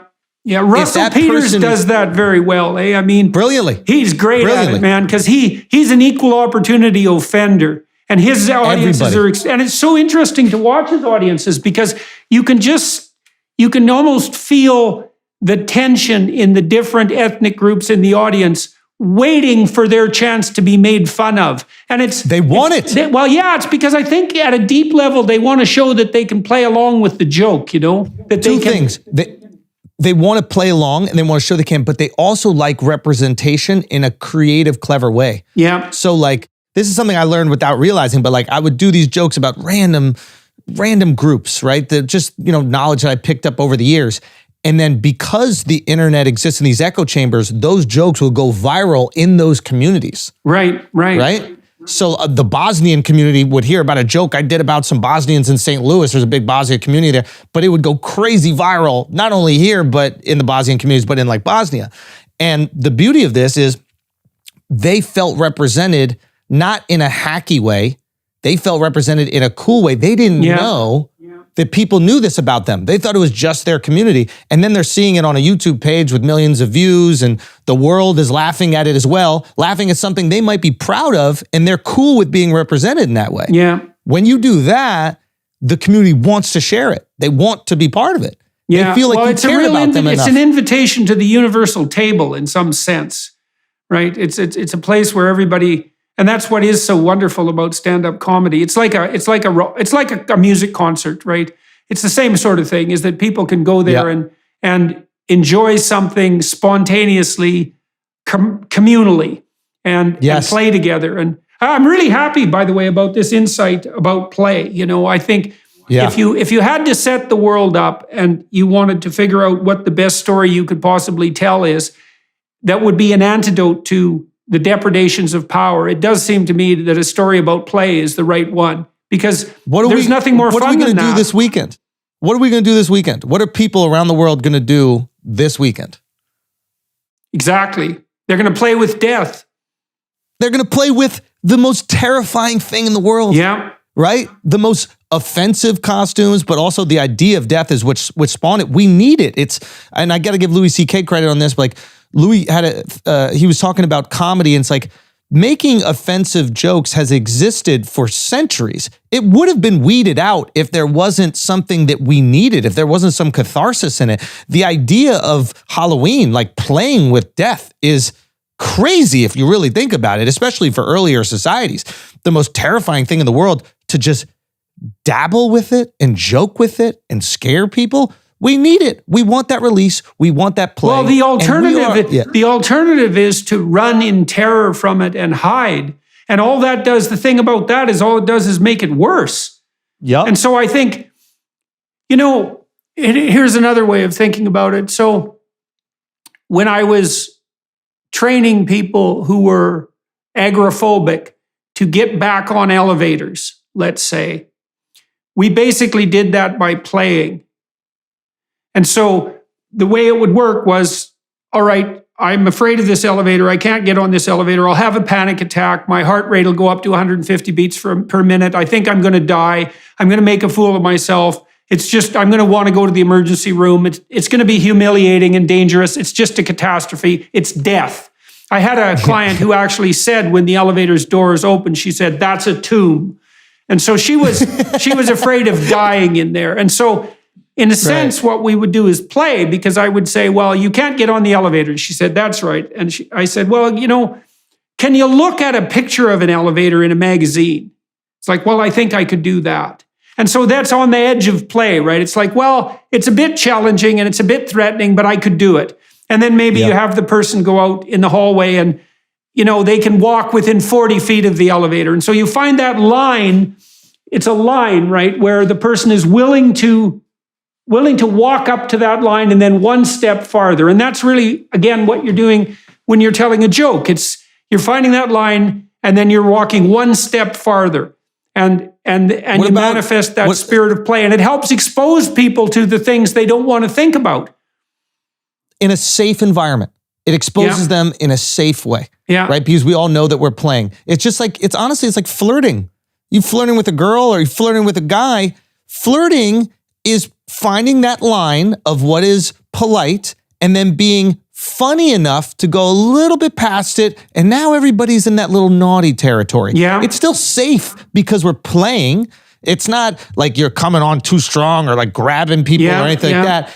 You're being naughty. You're flirting. You're like, yeah, what if we were married? Where would we go on vacation? And the girl's like, what are you talking about? I just met you. What do you mean we're married? And now we're creating this hypothetical scenario where we're both dancing the dance, and it's safe because it's play, but we're able to access. I think that's also how women evaluate men while they're dancing. Is like, well, can you play, right? Or are you all hands? Are you too, dead set on your instrumental goal? Or can you control yourself well enough to play? And it's got to be, to dance properly is to be in that flirtatious zone, exactly. And that also indicates that you're responding to the cues that the other person is putting out there in the most accurate possible way. Right now, you're going to be pushing slightly because you want to find out where the boundary is. And that's partly what makes it exciting. But if you're just rampaging in past all the boundaries, then you're just a dimwit and maybe a dangerous one. So, and that's the problem with politics is there's no play. It's boring. It's binary. There's no fun whatsoever. Everything that you say can get you canceled for this or canceled with that. Nobody's just allowing it to just play. And I will give Trump credit in this regard. Yeah. He was just up there playing. Like, he didn't give a f. He's like, I'm going to make fun of this guy for being short. I'm going to make fun of this person for killing everybody. I'm going to make fun of everybody on the stage. And people reacted to play. They also reacted to him speaking on things that their fringe groups cared about, but there was an element of play. Yeah, I was given a book, and unfortunately I didn't keep it, which was a big mistake, which was someone had published quite a beautiful book. It looked like a kind of a leather-bound library copy, a classic book. It was the collected poetry of Donald Trump. And what they had done was taken his tweets and turned them into poems, page after page. And I got to tell you, man, they were hilariously funny. It's funny. It was unbelievably funny. He's unbelievably caustically witty. Yep. And well, and that was certainly one of his charming features. That ability to play. They're like Megyn Kelly, and shout out Megyn. I love Megyn, but Megyn Kelly goes, "You've called women pigs and you've called women ogres or something like that," and he was like, "Just Rosie O'Donnell." That's a funny, playful thing to say on the world stage. You know what I mean? Calling what's her face Pocahontas is funny. Like, it exposed politics in a lot of way, because if somebody's having fun, that's infectious, especially if they're having fun around everyone else who is not. You've been at these stuffy dinners. I'm sure they invite you all the time. And there is a table that's laughing and goofing around and having, it is impossible not to look over at it. It's impossible not to see what's happening over. Where is this fun, and why are you guys having so much fun? You enjoying yourselves? So I have a theory of leadership, and you tell me what you think about this. So imagine that all leaders are confronting dragons of one sort or another. Okay, now the question is, are you the man for that dragon? because some of them are large enough to burn you very rapidly to a crisp. And so you might say, well, how do we judge that? How do we know if you're the knight for that particular dragon? And here's a good rule. If you're frightened into paralysis or tempted towards tyranny in your attempts to deal with the dragon, which is, this is so catastrophic that I have to panic and everyone has to listen to exactly what I say, then you're too small for the dragon and you're not the right leader. And so I was thinking about this in relationship to the climate crisis. It's like if carbon dioxide transforms you into a paralyzed tyrant, you're not the right man for the environmental job. And then you might say, well, who would the right man be? And that might be someone who can approach that particular dragon with a certain degree of play. And what would that be? So give me what is the play? How do we play with the environment? Well, I would say we at least agree not to put in rules by compulsion. Yes. Right? So here's a rule. No rules instituted by compulsion, because it's bad play. It's like, you have to do this. It's like, that's because that's a bad policy. If you can't get me to go along with it willingly, then you're a tyrant. And you think the crisis is so important that you get to be a tyrant, but that just shows that you're not a very good leader. Yeah. Yeah, don't you think? I mean, so you don't get to say you have to do this. Not if you're a good leader. You have to say, here's a bunch of reasons. You have to tell a story, back to what we were talking about earlier. I have to tell you a story and you think, yeah, man, I could get on board with that. I'm all in on that. And that's a much better arrangement anyways, because then I don't have to enforce your compliance. You know, you talked about these projects that you were engaged in creatively. If you want them to work, everybody's got to be on board, right? If you're going around hitting people to make them listen to you, then you're almost inevitably dooming the project to failure. Because first of all, they're not going to be all in. And second, they're going to take their revenge where they can get it. Yes. They have to believe in the project as well. They have to be pot committed as well. They have to believe in you, especially if you're their leader. Yeah, I mean, the dragon metaphor, you can almost see day to day with like bullfighting. I know it's unfair because they stab and wound the bull, etc. But like he's not terrified of the bull running away. He's staring at the bull. He's dancing with the dragon. Yeah, no kidding. That's for sure. That's what bullfighting is. Exactly. It's playing with death. It's the same as Halloween, man. It's the same thing, to play with death. So why do we need that? Maybe that's how we understand comedy. Maybe that's how we understand Halloween. Maybe that's how we understand like the darker sides of our nature. And people probably just want to ignore them. Well, but maybe I can give you an example of that. So I was just on the Via Dolorosa with Jonathan Pageau, who's a Greek Orthodox Christian thinker who's also an expert on postmodern theory. And we went to Jerusalem. We did a documentary there, which will be released sometime in the next 6 months. And we walked the 12 Stations of the Cross in Jerusalem. And then we went to the Church of the Holy Sepulchre, which is founded on the crucifixion spot. And you might say, well, what were we doing? And what is everybody doing who's walking that road? And the answer is, they're playing with tragedy and death. Interesting. But that is what's happening. So you imagine that the crucifix itself is a symbol of torturous death. Well, why would people be gazing at it? And the answer is, well, because you have to gaze upon that which frightens and terrifies you, because otherwise you can't master it. And so each of those stations of the cross, which are marked out both mythologically and geographically, because it isn't certain where each of those events occurred, let's say, it's a play. It's a passion play. And the passion is, look, man, sometime you're going to have to die. And sometime you're going to be exposed to betrayal. And sometimes you're going to be under the thumb of a tyrant. And sometime you're going to be questioned about truth by a moral relativist. And sometimes criminals are going to be preferred to you. That's all going to happen to you in your life. And you bloody well better get ready for it. And the way you get ready for it is by playing with it. By playing with it. You bet, man. That's exactly what's happening in those religious rituals, is it's play with death. Yeah, it's.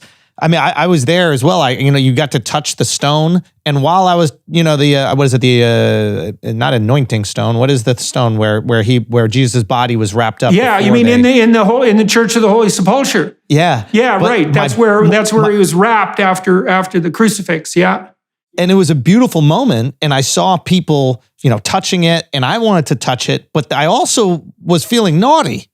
I was like, this is such an important place in history. And I was wowed by the fact that I could actually touch this thing where like Jesus' body was also there. But because of those high stakes, I was like, ooh, what's the naughty thing that we could do over here? And I think that dance we have is why theme parks exist. Like, why are we on roller coasters? Yeah. We want to face it. Yeah. What is that that's about why us? we go to horror movies too, which is really a very difficult thing to understand. And it is, the fundamental spirit of religious affirmation, I would say, is to play with catastrophe. Fundamentally, right? And the reason we have to play with catastrophe is because we have to face catastrophe. And so there's all sorts of things we do that appear very strange. Like you said, amusement parks are a good example of that, because they push you to the limits of your physical tolerance. And they do it in a way that is constrained danger. And horror movies obviously do that psychologically. Yeah, it's like sparring.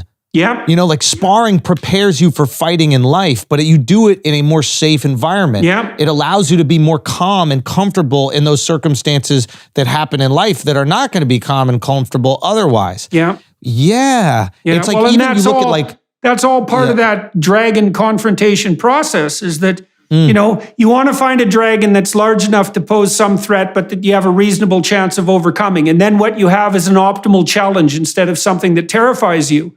And then you build the challenges across time, and that's what you do as you become competent. Think about, you've seen the rise in popularity of jujitsu, right? Yeah. And obviously we got to give our good friend Joe Rogan credit for this, MMA credit for this, Dana White, but jujitsu is the closest you can come to death while training. Because if somebody chokes you and you don't tap, you just die. Right? You know what I'm saying? Like in boxing, you get knocked out, you get back up. Like it takes a lot of brain trauma with like really small gloves to be killed while you're sparring. I don't think you're getting killed while you're sparring in boxing. You got the headgear, the gloves are much bigger. But in jujitsu, if someone just keeps choking you and there isn't enough oxygen that gets to your brain, you could potentially die. I could see why people like playing with that. Yeah. I could see it. What you find in therapy, it's very, very interesting. There's a large body of research supporting this. So the idea, first of all, was that if you exposed people to things they were afraid of, and you paired that with a relaxation response, they would learn to relax instead of being afraid. Mm-hmm. But then it was rapidly discovered that you didn't have to teach them to relax. And that kind of blew the whole theory, because the theory was they had learned to be afraid and now you were teaching them to relax. It's like, nope, all you have to do is expose them voluntarily and they get better. And then the theory was, well, they'll get better in relationship to the specific thing you're exposing them to, but the symptoms will just crop up somewhere else. And that also but that also proved to be wrong. And it was because, when my client said, this is a tomb when the elevator doors opened, what it showed was she wasn't confronting the elevator. She was confronting her fear of death. And she really was doing that. And what she was learning was that by putting herself in a position where she was confronting the threat of death, she could observe that she could actually handle it. And then she got braver. And that's what happens to people in psychotherapy when you use exposure therapy, is they don't become less afraid. They become braver. And that generalizes. And so what they see is that there's something within them that can overcome even the things they're most afraid of. And that's a good thing to talk about in relationship to Halloween, because, Halloween plays with death and decay and predation and monstrosity and everything that's dark. And it's become an immense holiday. And I think it is because our culture is so sanitized that we take everything that smacks of death away and hide it. And, to some degree, thank God for that. Yeah. But it still presents us with this conundrum, which is, we have to face our finitude and our mortality, and how best to do that. And the answer has to be something like, in a spirit of play. God, it's a hell of a thing to think about when you're thinking about death itself. But how brave of us to take on the challenge. Well, that's exactly right, man. And I think that's actually a good question, right? how brave of us? Question mark. And the answer to that might be, well, how brave can you be? And God only knows how brave you can be. Maybe you can be brave enough to play with death. And this is why discourse has completely fallen apart, because there's no room to play. Yeah. There's no room to say the wrong thing. There's no sparring session. There's no Halloween. There's no trying out the jokes, trying out the ideas. It is death. It's not play. Yeah. It's not even a practice Yeah, realm. well, that's the problem with cancel culture, you know. Well, I learned years ago when I was lecturing at Harvard, I was talking about very serious things about the Holocaust and about the catastrophes in the Soviet Union and all of that absolute abysmal, hellish mess. And there was a little voice in the back of my head that said, you're too serious about this. If you really mastered it, you could do it in a spirit of play. And I thought, oh my God, really? How can that possibly be when discussing things that seriously? How could you possibly do that in a spirit of play? And the answer would be something like, well, if you really mastered it, you could. And that the mastery would be evident in the fact that you were playing. Now, that didn't really tell me how, right? Because it's still a big problem of how you do that. Yeah. But I do believe it's true. I believe it's fundamentally true, is that the mastery that someone demonstrates over a given subject domain is precisely proportionate to the degree that they can do it in the spirit of play. Yes, 100%. Yeah. How do you play with these dark, tricky topics? I think that was, even with the Kanye thing, I think that was so tricky, is especially with the anti-Semitism that was bubbling out. Yeah. I think anti-Semitism is this it's such a unique form of hate because, one, most people are not familiar with Jews. Most people, so if you're not familiar with them, you haven't spoken to them and talked to them about how they react to this. And two, the way that we get taught world history, at least in America, is that Germany was regular, and then all of a sudden one day they just started hating Jews, and then they were putting them in concentration camps. We don't get taught what Hitler used and Goebbels used to build up the resentment for the Jews. That's not really spoken about to us.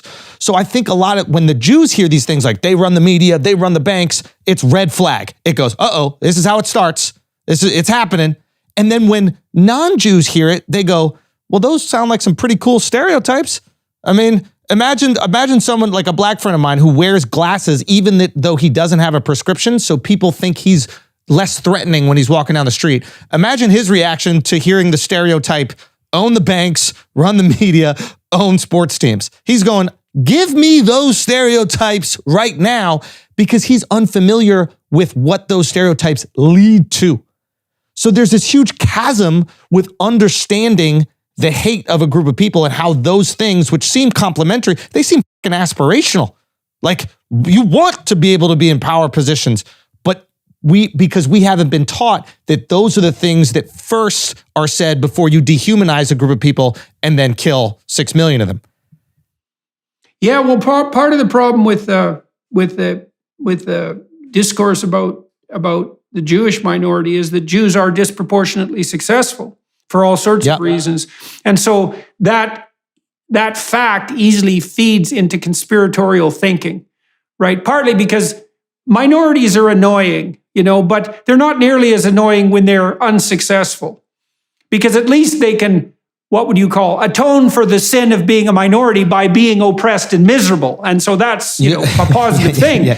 But if they're successful, then they're really annoying. It's because not only are they a minority, but, it's easy to become envious. And then it's also easy to presume that it's some sort of conspiratorial practice on the part of that minority that's giving them an advantage over, you who's striving ahead so nobly. You're giving a hypothetical to how the majority sees minorities, not how you see minorities. Yes, I'm glad you picked that up. Yes. Very astute of you. Hopefully the listeners and watchers will have done the same thing. I can see it clipped. Look, minorities are annoying, but especially the rich ones. Yeah. I mean, yeah. Yeah. You can be sure the Young Turks are going to clip that out. But yes. Yeah, I see. Yeah, I don't know. I just see it. I saw it kind of happening in real time. And I'm planning to talk to him soon, I think. Say again? I'm planning to talk to Kanye soon, I think. And what are your thoughts about that? Have you had? Yeah, what is your thinking with that? Well, I'd like to find out what's going on. I mean, he's a stunningly creative person, and he seems like a bit too much of a treasure just to throw in the dustbin. You know, Right. Obviously he's got his problems like most people do. And the thing about geniuses is they have lots of problems, just like ordinary people, but they're also geniuses. Yes. Yeah, Yes, well, I that's a think good thing to keep in mind. I think that Kanye's genius, outside of music, I think he's an incredibly gifted producer, but I think Kanye's genius is his ability to influence. And then the genius of influence seeps into industries that are completely subjective. Fashion is nothing. Fashion is, if you can get the most influential people to wear a garbage bag, that is cool now. Things go in and out of style. Skinny jeans are cool, then baggy jeans become cool. Yeah. There's not a specific cut that makes them good Yeah, well, or bad. there's an edge, you know, just like the edge we were talking about in comedy. And fashion Absolutely. imagine there's a social hierarchy. Yep. Fashion goes from the top down. It even happens Yep. with names. And so there's a standard trajectory of names. The aristocracy picks names, whatever the aristocracy happens to be. Then those names Yep. become popularized till everyone has them. Then they go Yep. out of fashion, and then they disappear for a number of generations. And then the Yes. aristocracy rediscovers them, and the names cascade down the hierarchy again. Fashion is all about being on the edge, just like comedy, right? It's like, Yes. are you with it? Are you awake? Are you on the cutting edge? And that changes being where on- the edge is. Exactly. Because, and I would say it doesn't start at the top of the aristocracy, but I'm just, we're just pulling, what is it? I'm nitpicking, whatever. But essentially fashion, what is cool is a rejection of what is popular. Cool will always be the rejection of popular. Right. So what happens is the skinny jeans become ubiquitous, and then you start seeing them in the mall stores. Yes, and exactly. then there's a Target. There's exactly. Target has them. And then there's a small group of like cool kids that exists in a few different areas that start rejecting the norm even before they're in Target. Yeah. Those kids, once the thing is in Target, because they're such, I don't want to say devil's advocates or counterculture, whatever it is, those kids are the real influencers. They get copied by a guy like Kanye, and then Kanye's influence puts his clothing on a bunch of other famous people who have influence, and then it trickles down to me, other people, etc. Yeah, and now all of a sudden that's we're right. changing out our Well, skinny those jeans. kids, the influencers that you're talking about, those are the aristocracy among their age group. They're the creative that's kids that fair. are on the edge. No, that's fair. That's fair. Yeah. Within their peer group, they're the coolest, or they're the outsiders that nobody thinks is. No, they're probably the coolest. Let's Yeah. say they're the coolest. But Yeah, well, what I if think is interesting if you've got it exactly right, you can be cool and an outsider at the same time, and At the that's a same real time. artist, right? I mean, Yeah. yeah. So, all right, Yeah. we should stop because we've been going for quite a long time. It's go. It's been a pleasure to talk to you. I should let everybody watching and listening know that I'm going to talk to Andrew for another half an hour behind the Daily Wire Plus platform. We're going to talk more biographically. I want to find out exactly how he shaped his career. Hello, everyone. I would encourage you to continue listening to my conversation with my guest on dailywireplus.com.